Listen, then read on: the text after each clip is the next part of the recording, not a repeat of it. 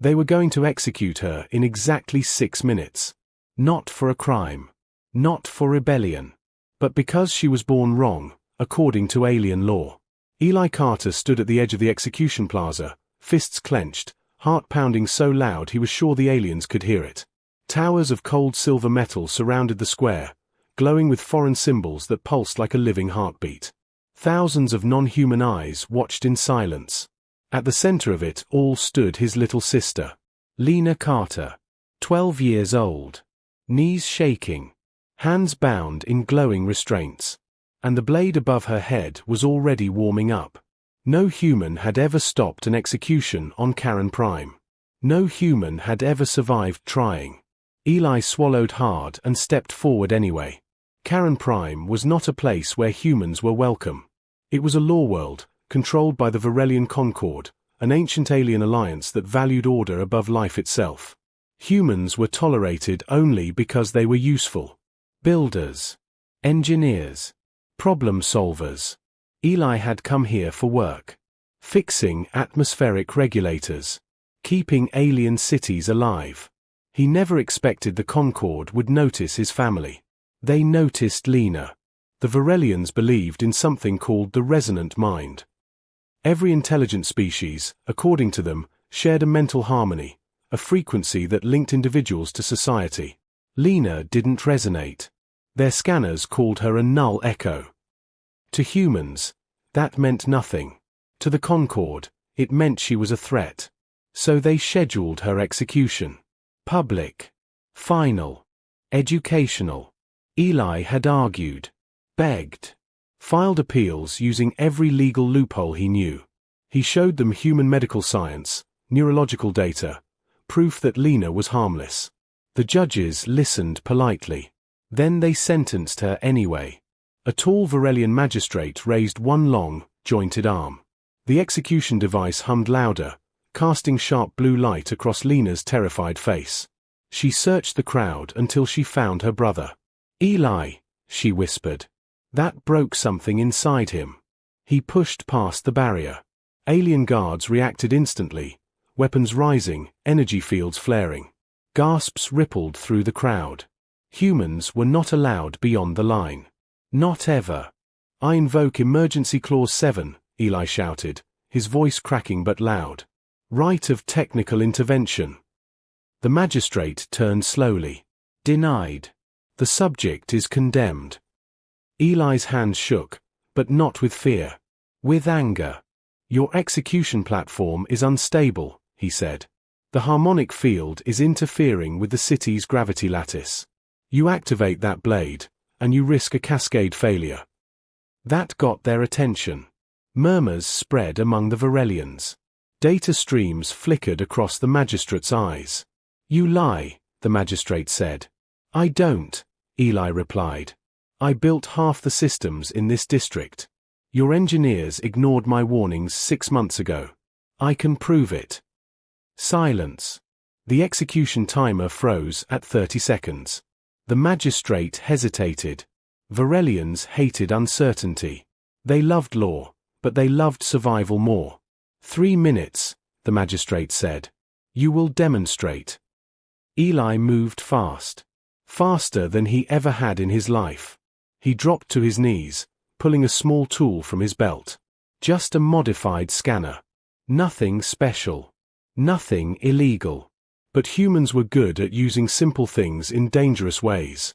He linked into the platform's diagnostics and rerouted the data to the public display. Numbers flooded the air. Human equations. Alien physics. A dangerous overlap. The blade draws energy through a subspace anchor, Eli explained, voice steady now. But your gravity lattice is out of phase by 0.03%.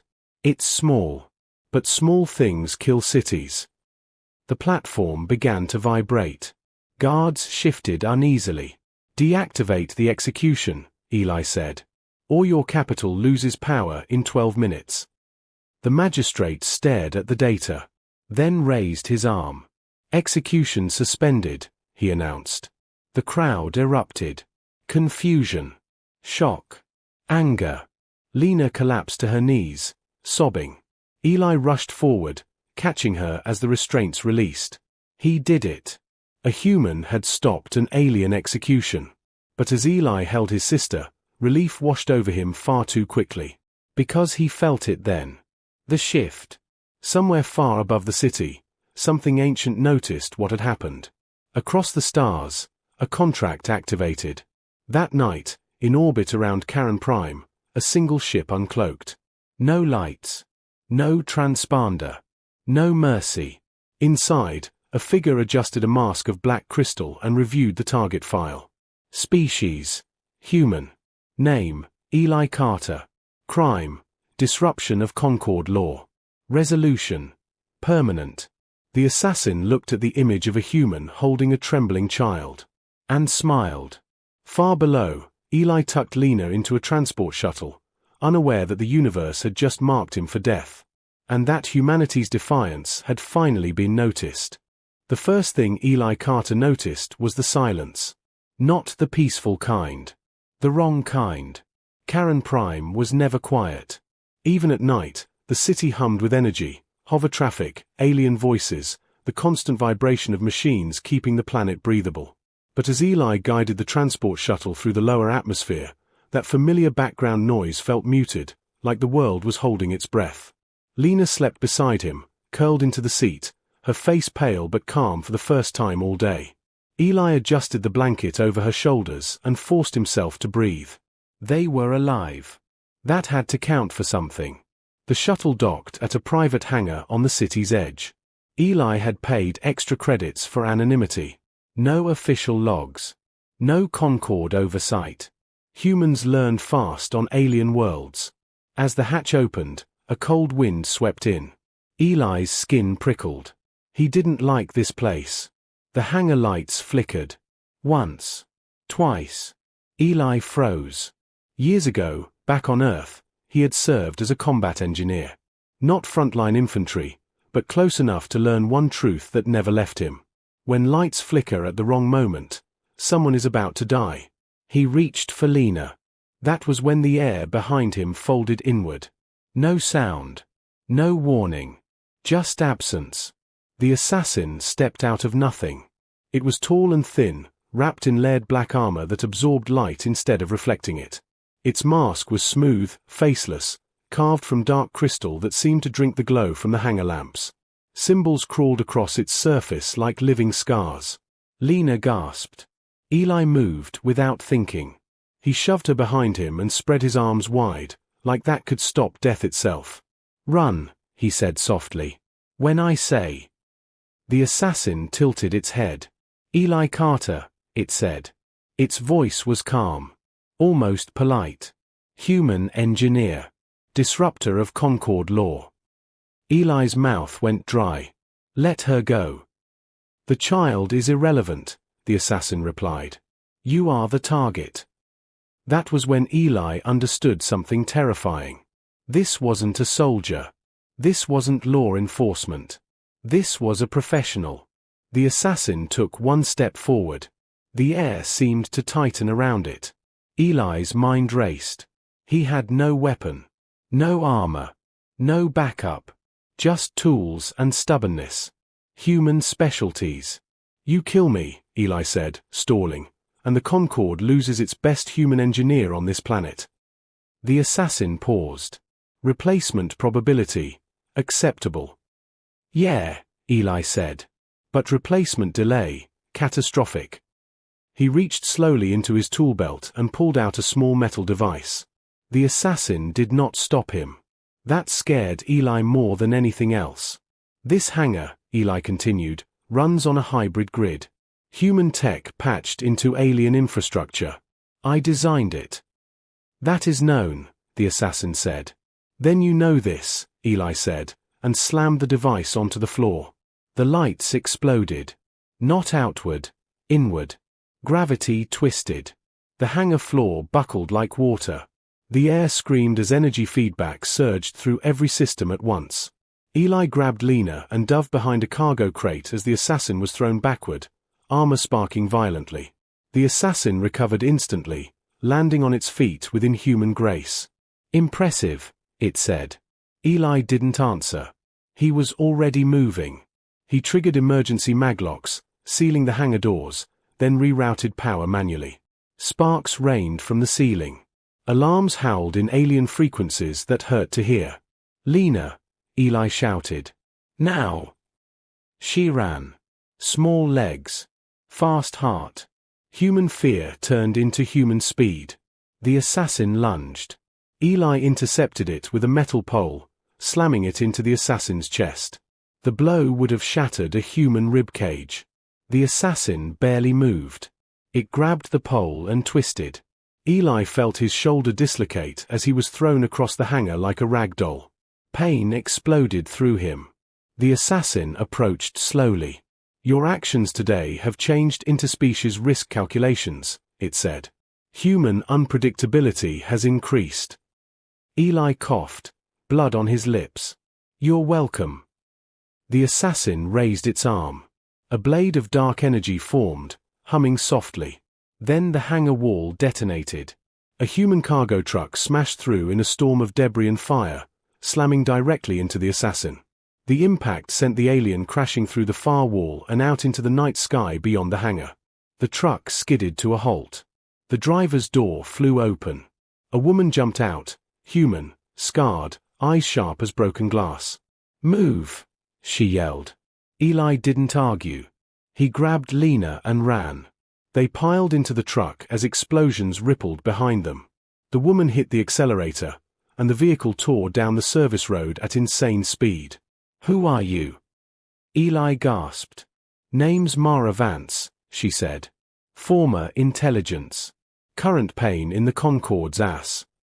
She glanced at Lena in the rearview mirror. "You stopped an execution today." Eli nodded. Mara smiled grimly. "Congratulations. You just made humanity interesting." Behind them, high above the city, a black shape reassembled itself mid-air. The assassin watched the fleeing truck. The mission was not complete. And for the first time in its long career, that disturbed it. The safe house was buried beneath the ruins of an old human refinery, long abandoned after the Concorde declared the area structurally inefficient. To aliens, it was junk. To humans, it was perfect. The truck screeched to a stop inside a hidden bay. Thick blast doors slammed shut behind them, sealing out the night and whatever hunted it. Emergency lights flickered on, bathing the chamber in soft amber glow. Eli slumped against the wall, his shoulder screaming in pain. Lena ran to him immediately, gripping his jacket with trembling hands. "You said run," she whispered. "I ran." Eli managed a weak smile. "You did great, kiddo."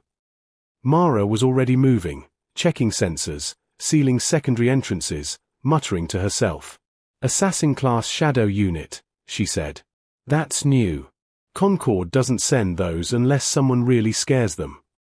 Eli laughed once, sharp and humorless. "Lucky me." Mara turned, eyes serious now. "No. Lucky humanity." She knelt in front of Lena, lowering her voice. "You okay?" Lena nodded, though her hand still shook. "It talked," she said. "Like it knew him." Mara's jaw tightened. "That's because it did." She helped Eli onto a bench and snapped on a portable medical scanner. As it worked, she studied him with open curiosity. "You didn't just stop an execution," she said. "You embarrassed the Concorde. On a broadcast channel. Across 3 systems." Eli blinked. "Broadcast." Mara nodded. "Public execution feeds are mandatory viewing for member species. You turned their perfect law into a warning." She leaned back. "Aliens hate being proven wrong. Especially by humans." The scanner beeped. Dislocated shoulder. Torn ligaments. Painful, but survivable.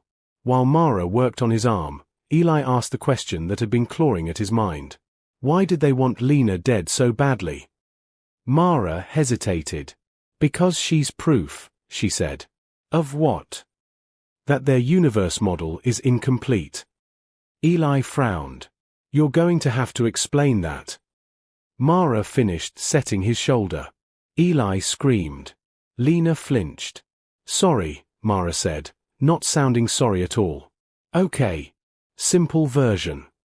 She pulled up a hologram. Alien symbols, human math, neural scans. The Concord believes intelligence must be connected, linked, harmonized. They can't understand independent minds that don't fit their resonance patterns.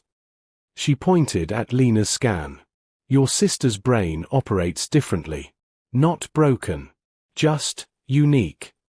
Eli swallowed. So they kill what they don't understand. Exactly, Mara said. But here's the fun part. Humans don't resonate either. Eli stared at her. What? Humans are noisy, Mara said. Mentally. Chaotic. Individualistic. Every human mind is its own signal. The Concord's tech can't fully map you. She smiled thinly. That's why they never trust you with leadership roles. And why you terrify them. Lena looked up. I don't feel broken. You're not, Eli said immediately. Mara nodded.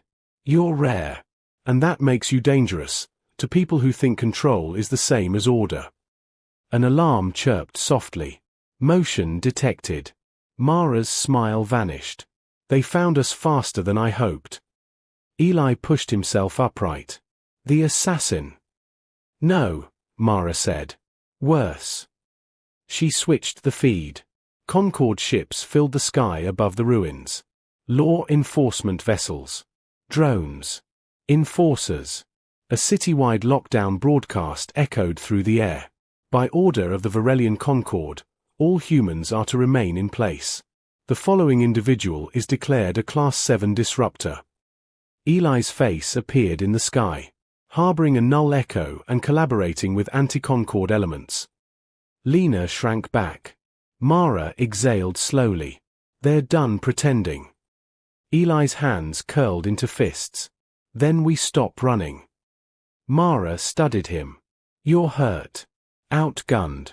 And they control the planet. Eli looked at Lena. Then back at Mara. They also control the systems I built. That got her attention. Show me the network, Eli said. Minutes later, holographic maps filled the room. Power grids. Transit lines. Communication relays. Eli's eyes lit up, not with fear, but curiosity. They centralized everything, he said softly. Efficiency over redundancy. Mara nodded. That's how aliens think. Eli smiled grimly. That's not how humans survive. He began marking nodes. We don't fight them directly, he said.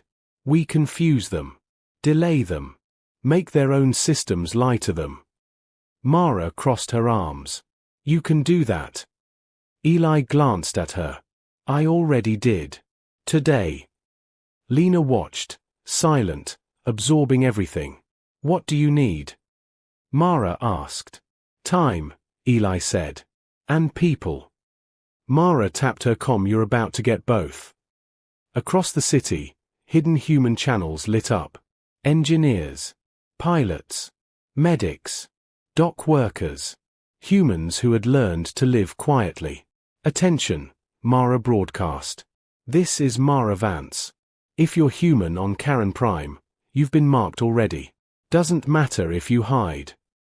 She paused. But together, we can make them regret it. Silence. Then one voice. Then another. Then dozens. Human voices. Eli felt something shift. Not fear. Hope. High above, the assassin watched the city's data streams spiral into chaos. Human interference. Improvised networks. Unpredictable responses. The Concord had classified humanity as manageable. That classification was wrong. And for the first time, the assassin sent a message it had never sent before. Priority alert. Humanity is adapting. The Concord expected panic. They expected humans to scatter, hide, comply. What they got instead was noise. Across Karen Prime, systems began behaving strangely. Traffic grids rerouted themselves without authorization. Factory lines shut down, then restarted in new patterns. Communication relays echoed signals that didn't match any known encryption. To the Concorde, it looked like malfunction. To humans, it was coordination. Eli stood at the center of the safe house, surrounded by people who had answered Mara's call. Mechanics still in grease-stained coveralls. Medics carrying field kits. Pilots with flight jackets half-zipped. None of them were soldiers. All of them were dangerous. "Okay," Eli said, voice steady despite the pain in his shoulder. "We don't win by overpowering them. We win by making them doubt their own systems." A man with cybernetic eyes raised a hand. "They'll isolate us." "They'll try," Eli said. "That's why we don't act like one group. We act like 100 small problems." He tapped the hologram. "Humans are good at improvising. Aliens aren't. They trust procedures." Mara leaned against a console, watching the room. She had fought wars before. This didn't look like one. This looked worse. Lena sat quietly at a side table, drawing shapes in the dust with a broken stylus. Patterns. Repeating, then changing. Eli noticed but didn't comment. "Phase 1, Eli continued. "We overload their need for certainty. We feed them data that's technically correct, but contextually useless." A woman laughed. "That's evil." Eli smiled faintly. "That's engineering." Within minutes, humans dispersed. Some went to power stations. Others to transit hubs. A few logged into systems they had built years ago and never expected to touch again. The Concorde's command council watched in growing frustration. Reports flooded in. Contradictory. Confusing. "No hostile force detected," one officer said. "But systems are not obeying," another replied. "That is impossible." The assassin stood silently at the edge of the chamber, observing. It did not speak unless necessary. It was learning. Human actions lacked hierarchy. No central command. No clear leader. That was inefficient. And yet, effective. On the streets, Concorde enforcers marched toward human districts, only to find doors sealed by safety protocols they couldn't override. Drones followed false signals into empty sectors. Patrols chased alerts that vanished as soon as they arrived.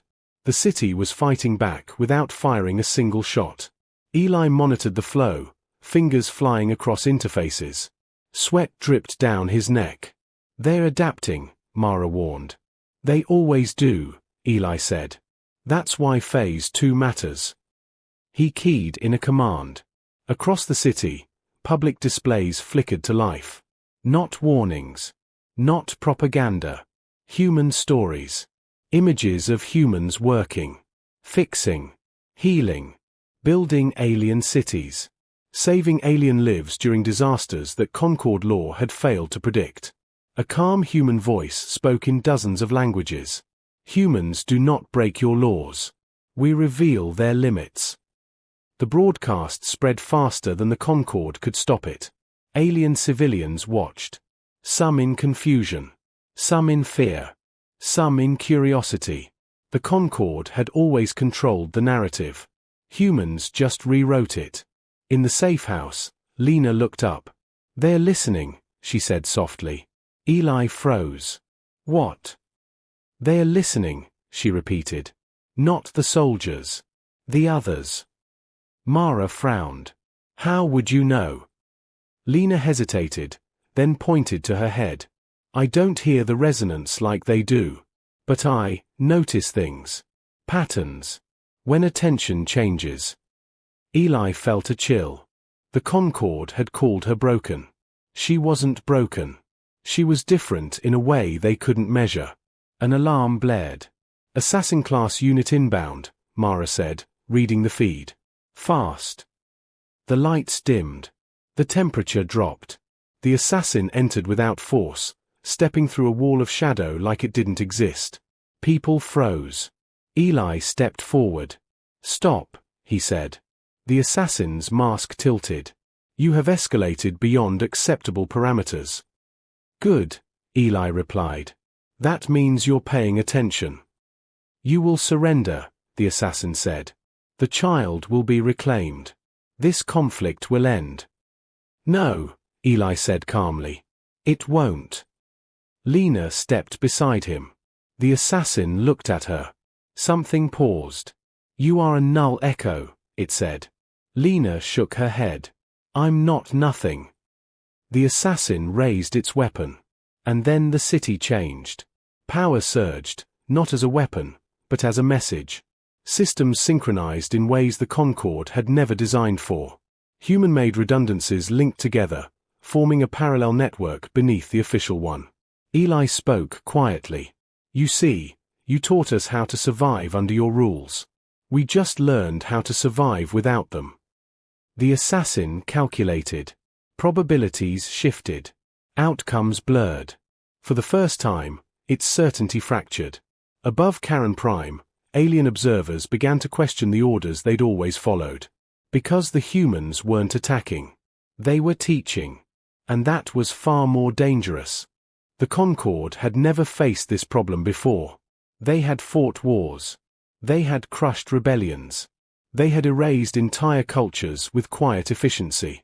But they had never faced a species that refused to behave. In the high command chamber above Karen Prime, data streams overlapped in chaotic layers. Human-built systems continued to function beneath Concord control, creating a shadow infrastructure that refused to collapse. Every attempt to isolate it only made it spread faster. Redundancy after redundancy. Improvisation layered on improvisation. This is unsustainable, one counselor hissed. Their presence destabilizes order. Another replied, their systems keep the city alive. Silence followed. Below, in the safe house, Eli Carter felt the shift before anyone said it aloud. They are hesitating, he said. Mara glanced up from her console. How do you know? Because if they wanted us dead, Eli replied, we'd already be dead. The assassin still stood in the center of the room, weapon lowered but not gone. Its calculations ran endlessly, outcomes branching and collapsing in ways it had never experienced. Lena watched it carefully. You don't understand us, she said. The assassin turned its mask toward her. Correct. That doesn't mean we're wrong, Lena continued. It just means you never learned another way. The words were simple. The impact was not. Across the city, alien civilians began to intervene. Dock workers delayed Concord patrols. Technicians refused to shut down human-built systems. Medical centers broadcast messages asking the Concord to stand down. Order was cracking, not from violence, but from doubt. The Concord Council transmitted a demand.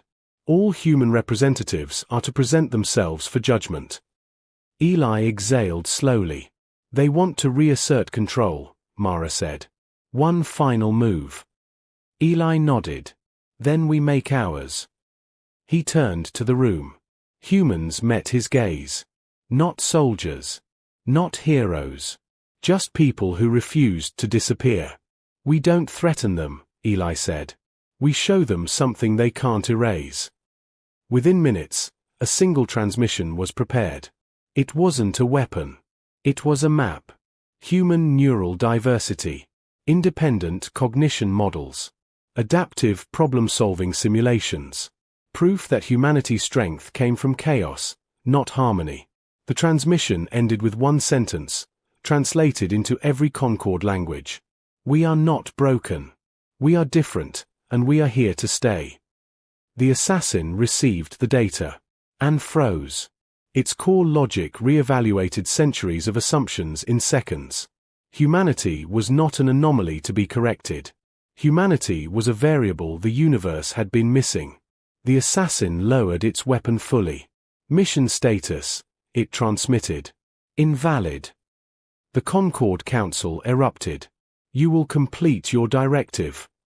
No, the assassin replied. The directive is flawed. That single sentence echoed across Concord space. An assassin refusing an order. Unthinkable. On Karen Prime, Concord ships powered down one by one. A ceasefire, unofficial, unannounced, settled over the city. Eli sank onto a crate, exhaustion finally catching him. Lena sat beside him, leaning against his shoulder. "Did we win?" she asked quietly. Eli smiled tiredly. "We survived." Mara laughed softly. "That's usually how humans win." Above them, the Concord Council issued a new classification. Humanity, unpredictable but essential. Restrictions lifted. Executions halted. The law rewritten, not out of kindness, but necessity. The assassin turned to leave. Before it vanished, it paused. "Human," it said to Eli. "Your species will change this galaxy." Eli shrugged. "Yeah. We tend to do that." The shadow disappeared. Days later, sunlight returned to Karen Prime in a way it never had before. Humans walked openly. Aliens watched them differently now, not as tools, not as threats, but as equals they didn't fully understand. Lena stood on a balcony, wind in her hair. "They're still listening," she said. Eli nodded. "Good. That means the story isn't over." Because somewhere beyond the stars, other civilizations were paying attention.